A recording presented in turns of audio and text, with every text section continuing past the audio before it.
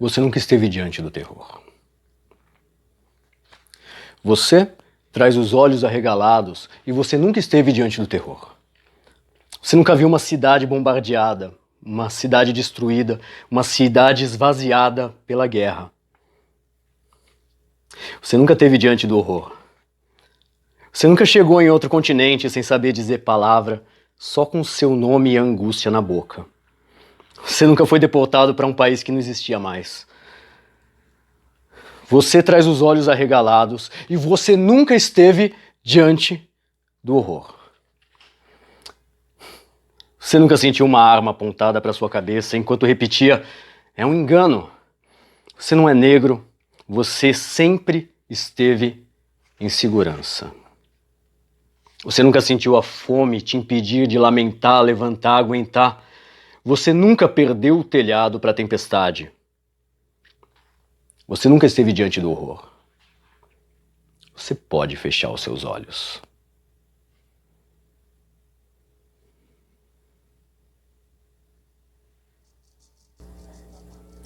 No ano passado, eu tive o privilégio imenso de ser aluno da Luby Prates. E essa mulher é incrível, não só a poesia, mas a pessoa dela.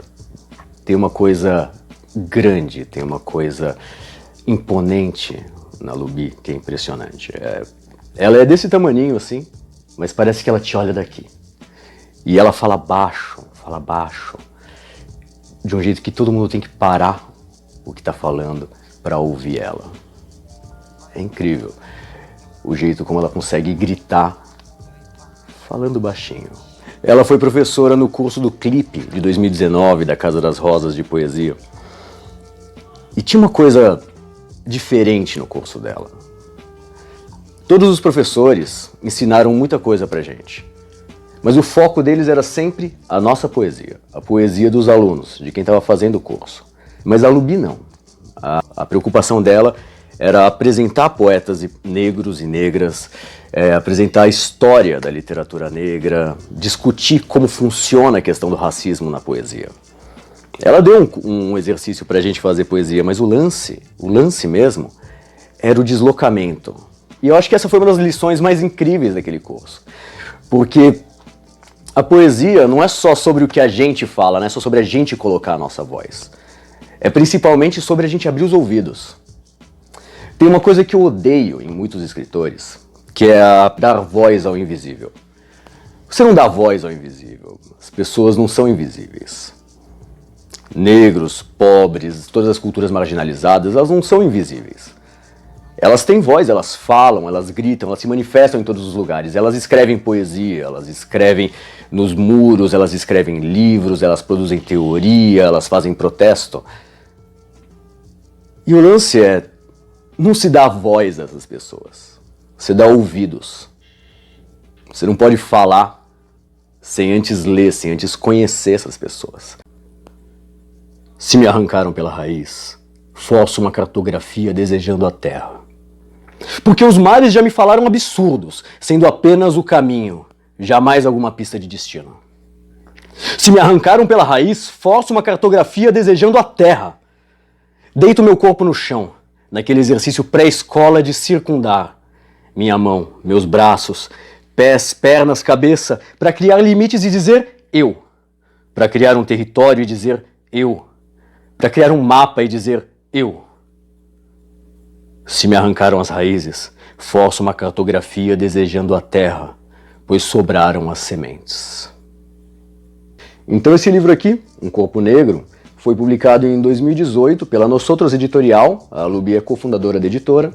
Ele foi vencedor do edital PROAC de criação literária, que é o mesmo edital por onde vai sair o meu livro de contos agora. E ele foi finalista do Prêmio Jabuti. Infelizmente não ganhou, achei uma injustiça. É um livro curtinho, porém denso, intenso, é para ser lido várias vezes. A linguagem dele é direta, não tem grandes floreios, não tem uma dificuldade de compreensão, é acessível. Mas ele tem por trás uma carga teórica muito funda. E o projeto dele é extremamente coerente, né? É um livro assim para você pensar projeto de livro muito bacana. Eu acho que dava para destacar várias linhas de força desse livro, Mas a coisa que mais me chama a atenção é que quando eu leio a poesia da Luby, eu imediatamente ouço um eco do melhor que tem da poesia palestina. Condição imigrante. Desde que cheguei, um cão me segue. E mesmo que haja quilômetros, mesmo que haja obstáculos entre nós, sinto seu hálito quente no meu pescoço. Desde que cheguei, um cão me segue e não me deixa frequentar os lugares badalados, não me deixa usar um dialeto diferente do que há aqui. Guardei minhas gírias no fundo da mala, ele rosna. Desde que cheguei, um cão me segue e esse cão eu apelidei de imigração. 2. Um país que te rosna, uma cidade que te rosna, ruas que te rosnam, como um cão selvagem. Esqueça aquela ideia infantil, aquela lembrança infantil da sua mão afagando um cão, da sua mão afagando seu próprio cão. Ficou em outro país. Ironicamente, porque a raiva lá não é controlada. Aqui tampouco. Um país que te rosna, uma cidade que te rosna, ruas que te rosnam, como um cão selvagem. Os palestinos são, por excelência, o povo do exílio. Não importa se você está na terceira, quarta, quinta geração, nascido fora do seu país, você é duas coisas, um palestino e um refugiado. Isso é um status legal concedido pela ONU, mas isso é também, principalmente, o pilar que sustenta a cultura e a luta do povo palestino. Mesmo que estejam separados por gerações e fronteiras, um palestino nascido no Brasil, nos Estados Unidos, no Egito, em Tel Aviv ou em Al-Khalil compartilham uma mesma espécie de território comum.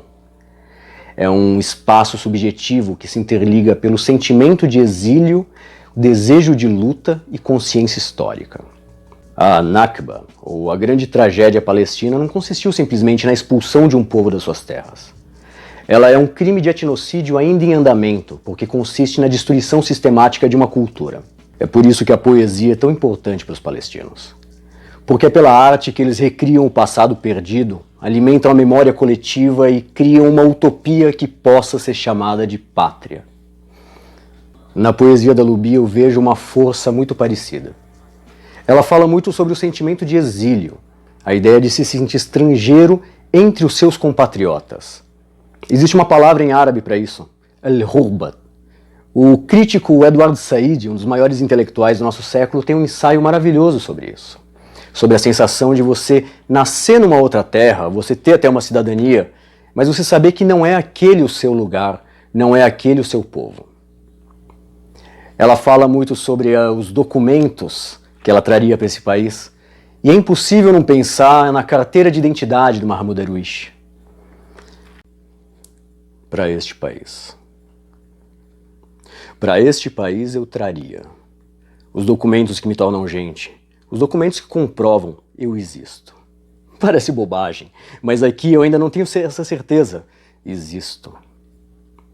Para esse país eu traria meu diploma, os livros que eu li, minha caixa de fotografias, meus aparelhos eletrônicos, minhas melhores calcinhas. Para este país eu traria meu corpo.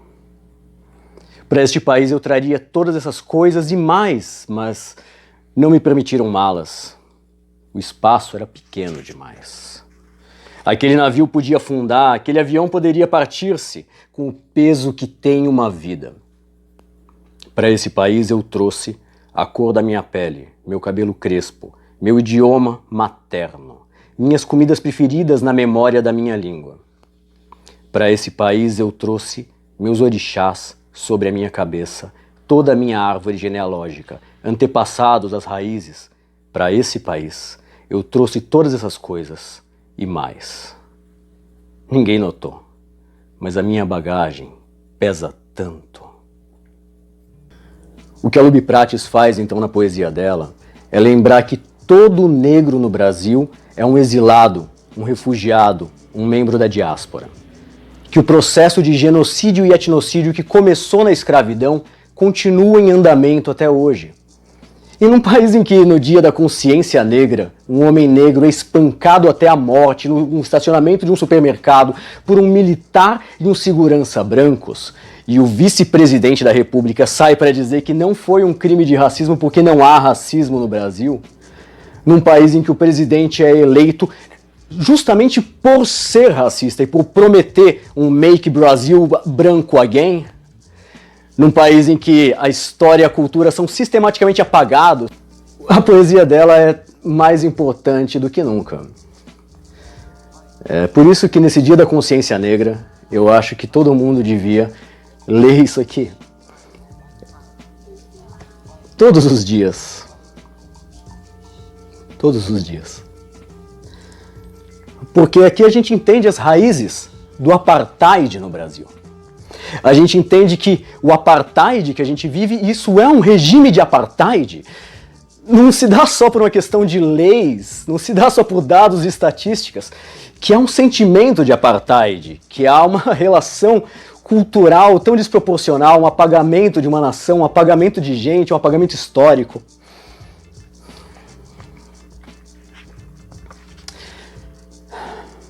Então eu acho que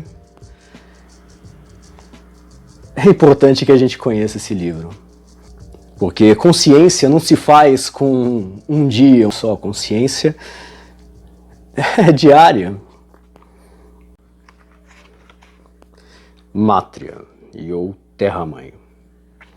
Repetem, mátria, com tanta certeza como se a palavra existisse no dicionário, o último lugar de validação. Mas não é mãe se permite que te arranquem o solo e os pés no mesmo instante. Não é mãe se inventa um navio que te jogam ao mar, se força as ondas para que chegue mais rápido ao desconhecido. Não é mãe se permite que grite até a rouquidão, mas num idioma que ninguém compreende. Repetem, mátria, com tanta certeza como se a palavra existisse no dicionário, o último lugar de validação. De onde eu vim, para onde sempre vou, eu chamo pátria. Bom, eu só queria então agradecer a Lubi por tudo que ela me ensinou. Fosse naquele curso, do qual eu perdi várias aulas, porque proletariado, seja toda vez que eu pego esse livro. Esqueci de falar, o livro tem poemas traduzidos em espanhol. Condición inmigrante. 1. Desde que llegué un perro me sigue. Incluso si hay kilómetros, incluso si hay obstáculos entre nosotros, siento su aliento cálido en mi cuello. Desde que llegué, un perro me sigue. Y no me deja frecuentar los lugares que están de moda. No me deja utilizar un dialecto diferente del de aquí. Guardé mis argos en el fondo de la maleta. Él gruñe. Desde que llegué, un perro me sigue. Y a este perro le apodé inmigración. 2. Un país que gruñe. Una ciudad que gruñe, calles que gruñen, como un perro salvaje. Olvide la idea infantil, el recuerdo infantil de su mano acariciando un perro, de su mano acariciando su propio perro. Se quedó en otro país. Irónicamente porque la rabia no se controla ya. Aquí tampoco. Un país que gruñe, una ciudad que gruñe, calles que gruñen, como un perro salvaje.